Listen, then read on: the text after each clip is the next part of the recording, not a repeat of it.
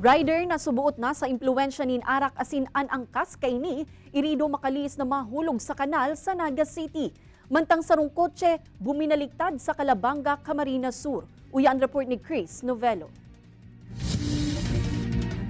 Lugadaan ang lalaking rider asin anangkas kay ini makalis aksidenteng mahulog sa kanal ang tiglulunad ng motorsiklo sa Zone 5 Barangay Pacol, Naga City kan nakaaging Sabadong Banggi. Sa inisyal na investigasyon kan mga otoridad, nakainom ang driver kan mangyari ang aksidente. Sa Calabanga, Camarines Sur, buminiliktad ang kotseng ini sa kalabaan kan tinampo sa barangay Mangiring pasado alas 7 ng aga kan Sabado. Pasiring subuot sa Tinambak, Camarines Sur ang lunadan. Alagad pagabot sa lugar, nawaran ini ng kontrol huli kan mahal na sa tinampo.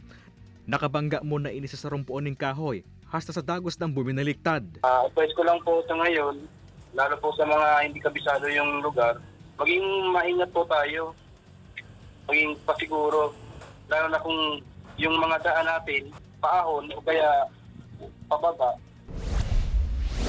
Gadanan sarong rider makalis makabudal sa kasabatang truck sa Zone 1 Barangay Pamukid, San Fernando, Camarines Sur. Sa pag-imbestiga kan mga otoridad, kinakan subot kan rider ang linya kan kasabatang truck. Marikas man subot ang padalagan kay ini. Pagirumdom kan mga otoridad sa mga motorista na maglikay sa pagmamaneho asin obserbaran ang tamang speed limit nga ni makalikay sa mga aksidente. Ini si Chris Novelo, Balitang Bicolandia.